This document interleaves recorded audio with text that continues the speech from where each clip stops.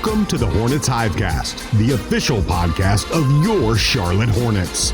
Here's your host, Sam Farber. Welcome to another edition of the Hornets Hivecast, your daily podcast with all the notes, quotes, and daily buzz around your favorite NBA team, the Charlotte Hornets. I'm Sam Farber, and it is a pleasure and a privilege to have you with us once again. A game day edition. Hornets will be hosting the Los Angeles Lakers, the defending world champion Los Angeles Lakers tonight, although the team looks very different from the one that won the title last season. A lot of injuries have befallen the Lakers, much as they have the Hornets. We'll talk about that. Also, another columnist has weighed in on the LaMelo Ball Rookie of the Year debate. I like this one a lot better, at least the argument, so we'll tell you about that. And we got to keep reacting to the dunk of the year, dunk of the decade, what Miles Bridges did on that floor Sunday is the reason why you go to NBA games, to witness history in person, because you never know what might happen. We'll continue to talk about that. My producer, Rob Longo, here with me today on the HHC. And Rob, the comments on this dunk have been coming in from everywhere. One of my favorite reactions that I've seen so far is from Rob Perez. He does such a great job kind of finding the funnier things or the more lighthearted things around the association. So he tweeted out, "Been thinking about Miles Bridges' dunk all day because of how regularly he does these now. I'm ready to include him in the, if he's on the floor, the other team's families have to worry their loved ones' lives are at risk group." So he added Sean Kemp, Blake Griffin, Vince Carter, Daryl Dawkins, Dominique Wilkins, Zion Williamson, and Shaq. And he added in a follow-up tweet that this is not a conversation about the best or flashiest dunkers. This is about the players who dunk or dunked so violently with such force that paramedics should be required to sit courtside just in case. And then he also replied to a couple of fans and added that if he had more characters to use in his initial tweet, he would have added DeAndre Jordan and Giannis Antetokounmpo as well. So a pretty elite list and a pretty fun list to look at from Rob Perez. Yeah, not a bad list there at all to be associated with. Miles is a guy I wish we could see like a sports science on, like what is the exact force that Miles Bridges, and then, equate that to it's like an elephant jumping on top of a beach ball or something. Like that's the force that he has, or the hops that he has. He was just ridiculous. The fan videos have been excellent as well. As I mentioned, plays like that are the reason why you like to go to NBA games, is because it's one thing to see it on television or hear the radio call, but it's something completely different to see it in person. And there were several videos taken from inside the arena. There was one that was posted. It's about 20 seconds long. I think the only actual English words in it were "oh my God," but everything else was just these excited utterances in awe of what had just taken place. And the sound within the arena, it was just echoing for 2 or 3 plays in a only partially opened arena, nowhere near even 50% capacity. It was something truly special. I'm just glad that it's getting the recognition across the league and across the sports world that it deserves, because it's a superhuman play. Miles Bridges jumped over one of the elite shot blockers in the NBA, made it look like he was going up against a normal human. Clint Capella is 3rd in the association in blocks, and Miles Bridges absolutely framed him up on a poster. The other thing that people don't really realize too is he took off from just beyond the restricted area too, so he still had to cover a lot of ground in the air. My initial reaction to the Miles dunk was the first thing that I noticed on the replay was Devontae Graham. So he's at the top of the paint. He's beyond the arc. He kind of relocates to the elbow on the three-point line in case Miles is going to kick it. And obviously that was not on Miles's mind at all. And then as he's running back down the court, he just kind of puts his hands on his head like, did that really just happen? And then the second thing that I looked at after I watched it was, thank goodness that Terry Rozier got out of the way, because on the initial rebound, he was on the ground in the restricted area. And Cody Zeller was able to gather the ball, then kick it out to Miles Bridges. And if Terry didn't get out of the way, that could have been just as disastrous for him as it was for Clint Capella. And one more thing I forgot to mention on the social media side of things. On Saturday, Miles replied to a fan on Twitter on whether he prefers an alley-oop dunk or a poster dunk, and he replied, "Poster easily." So what a soothsayer is Miles Bridges. I have to ask him for the Powerball numbers next time I see him. He was incredible in that one, and I like your take on the player reactions as well. I saw that with Devontae. It's been fun seeing, it's kind of like all the different angles on the floor what players were looking like afterwards. You're spot on with Devontae Graham. He just had his hands on his head. And then off the bench, LaMelo Ball came out with his, his walk, his strut, and they played it on the TV broadcast. So I've seen the replay several times, but someone spotted a similarity to his dad. His dad, when he used to go on TV, he'd have like this walkout, like high step, kick his legs type of extension thing, and it looks just like LaMelo hopping off the bench. So one of those apple doesn't fall too far from the tree moments where it took a Miles Bridges dunk to bring the LeVar Ball walk out of LaMelo on the bench. Man, it was something special. Again, third time. That's why you go to NBA games, to see things like that, and it's one of the fun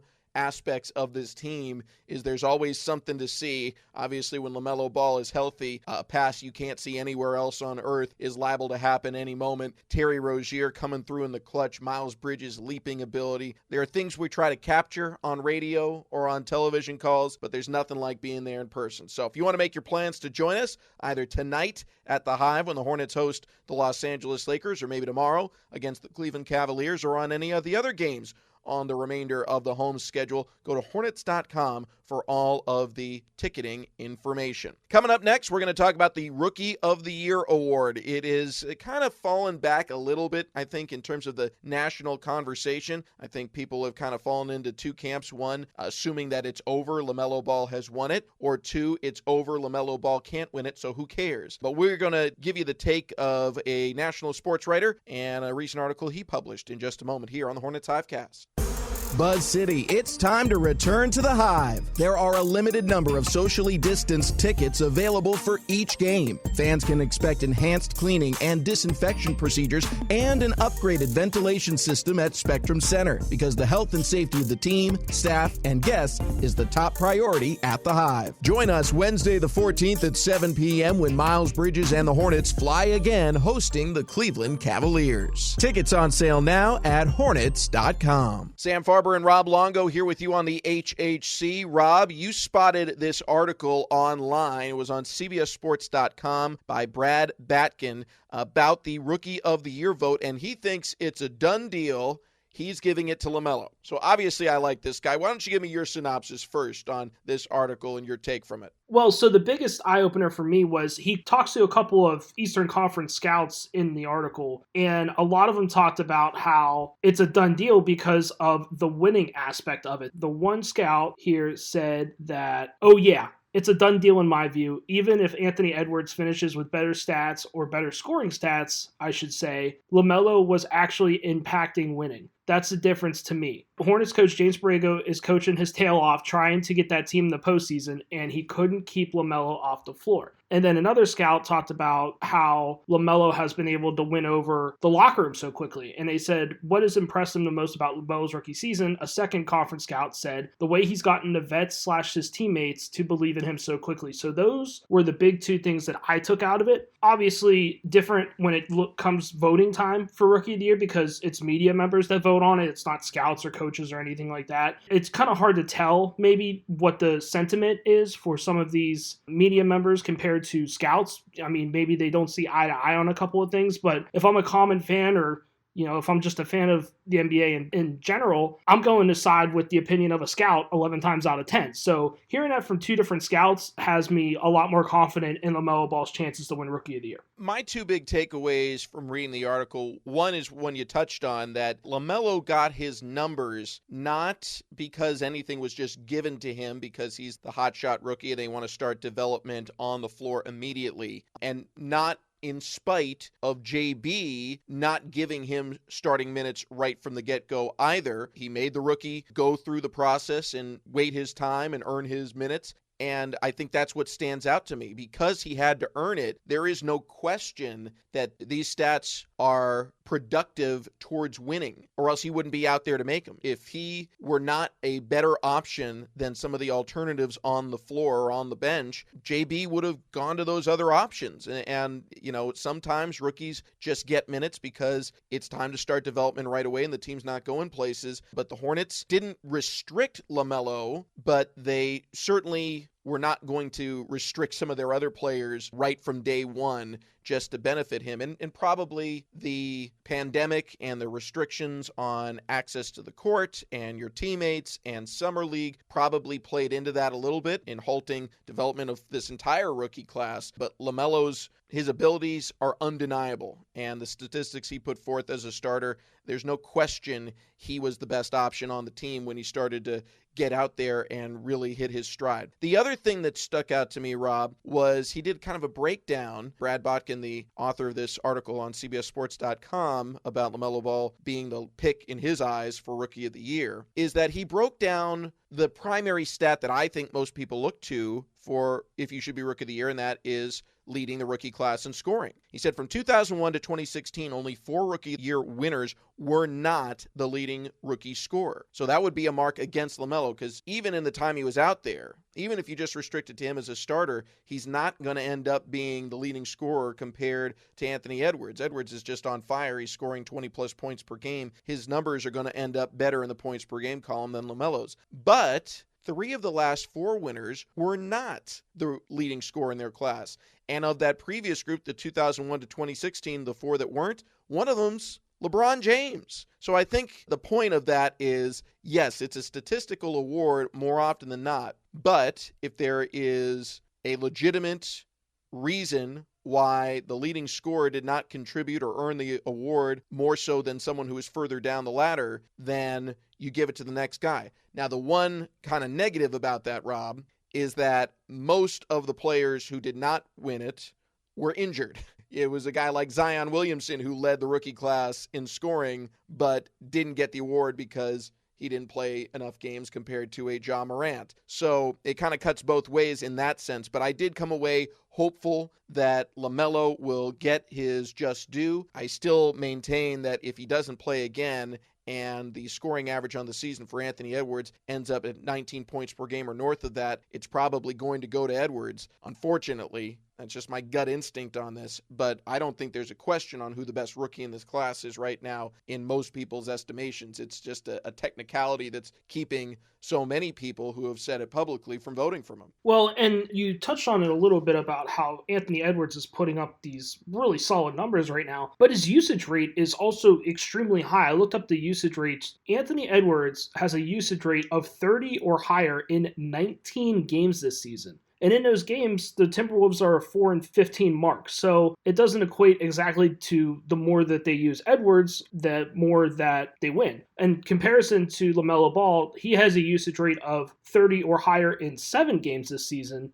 And the Hornets, for what it's worth, have a record of 1-6. So a higher usage rate for rookie doesn't equate to a team's success. But obviously, LaMelo's usage rate was down because it didn't have to be that high on a nightly basis to begin with when you have guys like Terry Rozier and Devontae Graham and Gordon Hayward. And a lot of those guys were healthy for the majority of the time that LaMelo was also healthy. It's not like the other side with Anthony Edwards, who was dealing with a D'Angelo Russell injury the majority of the season that he didn't play, and Karl Anthony Towns also missed some times as well. So Anthony Edwards was pretty much the only offensive player at that point on the Timberwolves squad. So I just thought the usage rates were interesting. When you get to a number like 30 in terms of usage rate, you're talking all-time single-season records for the most part. I mean, obviously his usage rate isn't that high for the entire season, but for 19 games, I thought that was pretty high for a rookie. Well, and see, that stuff there is part of the reason why I don't think you should hold it against a rookie, Anthony Edwards or otherwise, for playing on bad teams, because they just do. I think you look at it less as, okay, why is this person scoring so much, and trying to figure out a way to knock them, saying, well, the team's not very good, someone's got to score points, it is the NBA, and look at it more like, hey, it is not an easy thing to score 20 points per game in the National Basketball Association. Who cares who else is on your team? Look who they're going up against. Anthony Edwards is going up against legitimate NBA players, defenders, night in, night out. He is making some top 10 highlight plays. He is consistently scoring the basketball. And yeah, he's not as efficient a player as most other players who average the kind of points per game he does. It's to be expected. He's a one-and-done rookie. LaMelo Ball, similarly, I'm not shocked that when his usage rate is that high, the team's record is that poor. It's a byproduct of learning the league. And it's one of the reasons, again, I'll go back to it. I think JB deserves a lot of praise for bringing along LaMelo at the speed that he did. LaMelo, every step he took, he was ready for. nothing was rushed. Nothing happened too fast for him. That's not to say it wouldn't have been the exact same thing if he was a starter from day one, but we'll never know that. We do know that the pace at which he was brought along by JB and his staff ends up being a perfect one in terms of him hitting his stride each and every night and having a lot of hope for the future for his career and for this Hornets franchise. Future is now in terms of the next game up. Hornets trying to bounce back from a loss to the Atlanta Hawks. They're going to host the Los Angeles Lakers tonight. We'll give you our preview next here on the Hornets Hivecast. Hornets fans, during the month of April, the Charlotte Hornets and their official hunger relief partner, Food Lion Feeds, are launching the 2021 Dunk Hunger Food Drive to benefit Second Harvest Food Bank of Metro Atlanta. The Bridges, who throws it down with a right hand. For every Hornets dunk this month, Slams it down with two hands. Food Lion will donate 1,000 meals. Terry Rozier throws it down over Kevin Durant. For more information on how you can help Food Lion and the Hornets dunk hunger, visit hornets.com/dunkhunger. Sam Farber and Rob Longo here with you on the HHC. Rob, Hornets hosting the defending world champion Los Angeles Lakers tonight, but the Lakers reeling a bit. They have lost 8 of their last 13 games, going back to the date that LeBron James was hurt. Not the game after, but the actual game he was hurt in. They lost that one too. 8 losses out of the 13 games, and it just so happens that first game was the one after he played against the Hornets, LeBron and the Lakers as a whole. So this will be an interesting one. The Lakers are still a very loaded team, and I think loaded in the right positions to give the Hornets some problems, namely center. Andre Drummond is starting to play better. He didn't have a great game last night in terms of scoring against the New York Knicks, but he's an exceptional center who's given the Hornets problems once already this year when he was a member of the Cleveland Cavaliers, and it looks as if Marc Gasol is closer to healthy. He played a little bit last night. Not sure what his status is going to be for this one in terms of availability